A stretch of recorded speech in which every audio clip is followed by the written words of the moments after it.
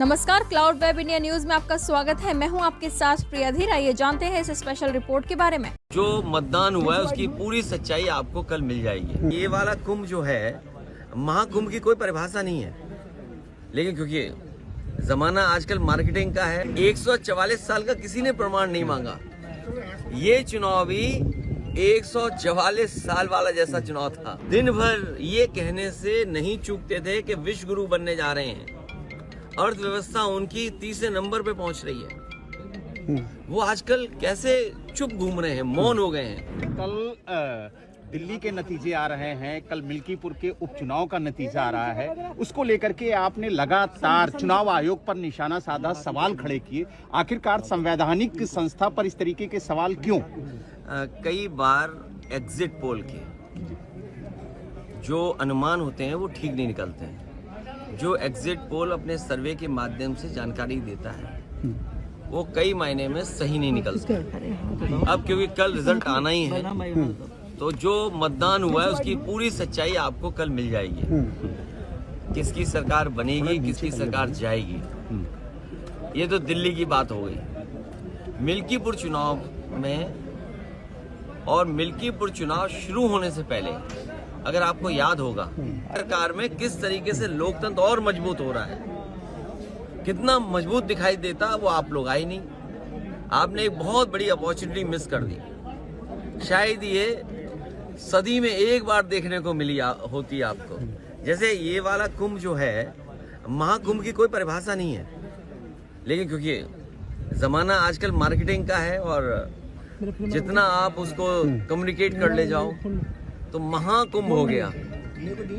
144 साल का किसी ने प्रमाण नहीं मांगा। ये चुनाव भी 144 साल वाला जैसा चुनाव था जो आपको देखना चाहिए था। सोचिए आप, बगल के जिले जो हैं वहां से भारतीय जनता पार्टी ने अपने कार्यकर्ता बुलवाए। अंबेडकर नगर से कार्यकर्ता है। अब तो हम लोगों को उनके गांव पता लग गए हैं क्योंकि पकड़े गए थे कुछ लोग। बगल के जिले से अमेठी से लोग आए थे, सुल्तानपुर से लोग आए थे, रायबरेली से लोग आए थे, और गाड़ियों के नंबर हैं। अगर आप चाहोगे तो मैं अपने पार्टी के पेज पे कुछ गाड़ियों के नंबर आपको दे दूंगा, डाल दूंगा। प्रिसाइडिंग ऑफिसरों की आपको वो रिकॉर्डिंग मिल गई होगी, जहां पर प्रिसाइडिंग ऑफिसरों से पूछा कि भाई टारगेट पूरा है कि नहीं है और किस टारगेट में आप हैं। आपको 30 वोट डलवाना है फर्जी, या 50 वोट डलवाना है, या उससे ऊपर। वो भी रिकॉर्डिंग आपको हम लोगों ने जानकारी कर दे दी। बीएलओ कौन पोस्ट होंगे, बीएलओ कौन पोस्ट होंगे, किस थाने में कौन पोस्ट होगा, सीओ कहाँ पोस्ट होगा, एसएसपी कौन क्या देखेंगे, ये सब वेल प्लान्ड इलेक्शन हुआ। ये वाला, ये आपने 144 साल वाला जिस तरीके से कुंभ था, उस तरह दुनिया का सबसे अच्छा चुनाव आपने मिस कर दिया। ये अपॉर्चुनिटी प्रेस को मिस नहीं करनी चाहिए थी।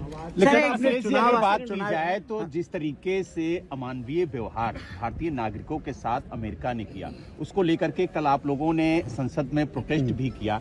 क्या जिस तरीके से आप लोग आवाज उठा रहे हैं, ये आगे भी देखने को मिलेगा सदन के अंदर? भारतीय जनता पार्टी की कुछ चीजों की तो पोल खुल गई, और पोल इसलिए खुल गई कि हमने और आपने वो डंका बजते हुए देखा था जी।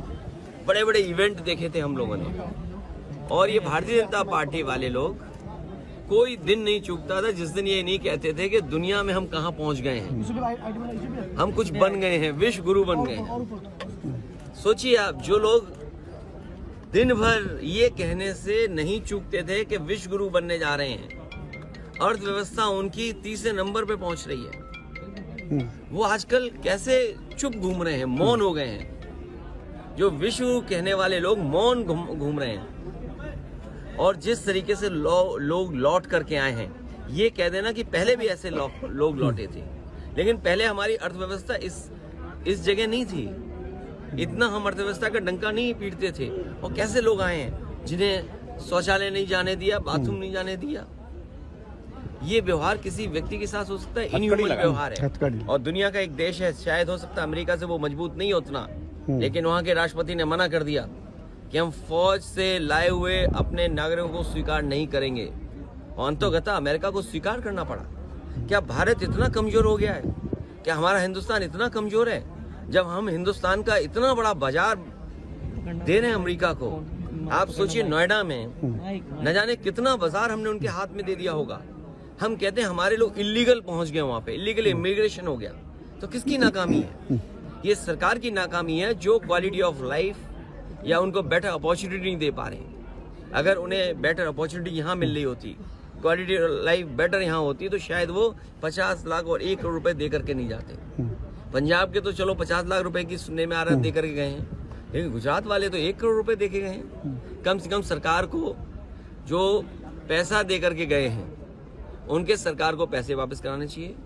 और जिस उम्मीद के साथ वो लोग गए थे, घर परिवार के लोग, वही नहीं, भारत के और भी लोग हैं जो अपनी क्वालिटी ऑफ लाइफ बेटर जीना चाहते हैं, जॉब्स चाहते हैं, नौकरियां चाहते हैं, अपने परिवार की सिक्योरिटी चाहते हैं, अपने परिवार की प्रॉस्पेरिटी चाहते हैं। उनको सरकार मौका दे। अगर मौका नहीं देती है तो ये जो अर्थव्यवस्था में आप दिखा रहे हो ना कि हम किस ऊंचाई पे पहुंच रहे हैं, आप कुछ लोगों को ऊंचाई पे पहुंचा रहे हो, आम लोगों को उस ऊंचाई तक नहीं ले जा रहे। एग्जिट पोल के बाद टीएमसी ने सवाल खड़े किए नेतृत्व पे, आप क्या कहना चाहेंगे? इंडिया गठबंधन को लेकर के भी सवाल के किया। नेतृत्व पे सवाल खड़ा किया है। अभी कोई बड़ा सवाल नहीं पूछना है, ये हमारा इंडिया का अंदर का मामला है, ये हम लोग सुलझाते रहेंगे। Thank you sir. थैंक क्या चीज? 27 में पीडीए चलेगा और पीडीए के लोग देख रहे हैं कि उनका वोट कैसे छीना जा रहा है, वो कैसे अपमानित हो रहे हैं। उन्हें एसओ की पोस्टिंग नहीं मिलेगी, सीओ नहीं बनाया जाएगा, क्योंकि वो वोट में कहीं ना कहीं आपको दे देंगे। कौन सिपाही पोस्ट होगा? क्या पीडीए परिवार के लोग नहीं देख रहे हैं कि भाई जब पोस्टिंग होगी तो उनके नाम देखे जाएंगे, उनका नाम काट दिया जाएगा। तो ये जो पीडीए के लोगों का अपमान हुआ है, और यही तो हम कहते थे कि बाबा साहब भीमराव अम्बेडकर जी ने जो अधिकार दिया है, उन अधिकारों को छीन रहे हैं। बात ये वोट ही नहीं डालने दोगे आप, या दूसरे आपके लोग वोट डाल लेंगे, ये कहाँ की वो है? इसीलिए मैंने कहा कि इलेक्शन कमीशन मर गया है। इलेक्शन कमीशन को जांच करनी चाहिए कि जो मरे हुए लोग थे उनके वोट कैसे पड़ गए, और अगर वोट पड़े हैं तो प्रिसाइडिंग ऑफिसर और जो संबंधित अधिकारी उनके खिलाफ कार्रवाई क्या कर रहा है इलेक्शन कमीशन। स्पेशल रिपोर्ट में फिलहाल इतना ही। ऐसी तमाम खबरों के लिए सब्सक्राइब करें क्लाउड वेब इंडिया न्यूज और नोटिफिकेशन के लिए बेल आइकन को प्रेस करें।